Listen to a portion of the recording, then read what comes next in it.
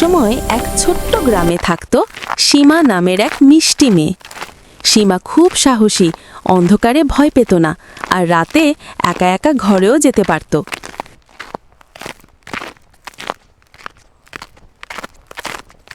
সীমার সাহসের পরীক্ষা নেওয়ার জন্য এক অন্ধকার অমাবস্যার রাতই ছিল যথেষ্ট।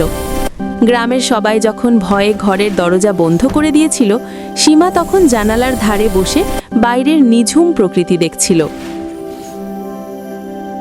হঠাৎ সীমা দেখল গ্রামের পুরনো বটগাছের গোড়া থেকে নীলচে রঙের একটা অদ্ভুত আলো বিচ্ছুরিত হচ্ছে। আলোটা স্থির নয়, বরং ছোট ছোট জোনাকির মতো এদিক সেদিক উড়ছে। গ্রামের বড়দের মুখে শোনা ছিল ওই বটগাছে নাকি অতৃপ্ত আত্মা থাকে, তাই কেউ রাতে সেদিকে তাকানোর সাহসও করত না। কিন্তু সীমা তো দম্বার পাত্র নয়। সে একটা টর্চ আর লাঠি নিয়ে চুপি চুপি ঘর থেকে বেরিয়ে পড়ল। গাছের কাছে গিয়ে সীমা যা দেখল তাতে সে অবাক হয়ে গেল।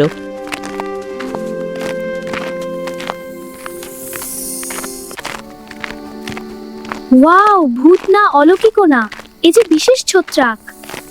কোনো ভূত বা অলৌকিক কিছু নয়, বরং বটগাছের শিকড়ে এক ধরনের বিশেষ ছত্রাক জন্মেছে, যার বৈজ্ঞানিক নাম বায়োলুমিনেসেন্ট বা স্বপ্রভ ছত্রাক, যা কেবল অমাবস্যার চরম অন্ধকারেই এভাবে জ্বলে ওঠে।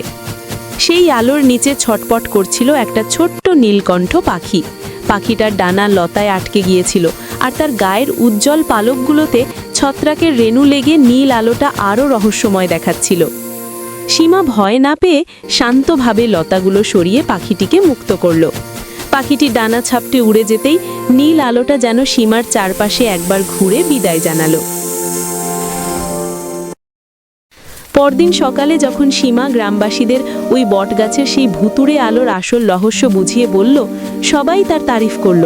গ্রামের মোড়ল তো বলেই বসলেন, আমাদের সীমা শুধু সাহসীই নয়, ও প্রকৃত অর্থেই একজন ক্ষুদে বিজ্ঞানী। আমাদের সীমা শুধু সাহসীই নয়, ও প্রকৃত অর্থেই একজন ক্ষুদে বিজ্ঞানী। এই গল্পের মূল শিক্ষা বা নীতিবাক্য হল, অজ্ঞতা থেকেই ভয়ের জন্ম, আর জ্ঞান ও সাহস সেই ভয়কে জয় করে। গল্পটি আমাদের খুব গুরুত্বপূর্ণ দুটি বিষয় শেখায়। প্রথমত, গ্রামবাসীরা যখন অন্ধভাবে পুরনো গল্প বিশ্বাস করে ভয় পাচ্ছিল, তখন সীমা তার যুক্তি আর বুদ্ধি দিয়ে আসল সত্যটা খুঁজে বের করেছে।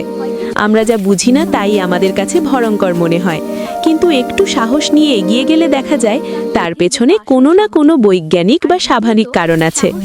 আর দ্বিতীয়ত, সাহস মানে এই নয় যে মনের ভেতর ভয় থাকবে না, বরং ভয়কে জয় করে সত্যের সন্ধানে এগিয়ে যাওয়াই হলো আসল সাহসিকতা। সীমার সাহসের কারণেই একটি ছোট্ট পাখির প্রাণ বাঁচল এবং গ্রামের মানুষের মন থেকে অহেতুক ভয় দূর হলো। সহজ কথায়, কোনো কিছু না জেনে ভয় পাওয়া বোকামি। সত্য জানতে চেষ্টা করলে অন্ধকারও আলোর মতো পরিষ্কার হয়ে যায়। কি বলো বন্ধুরা, সীমার মতো তোমরাও সাহসী হতে পারবে না?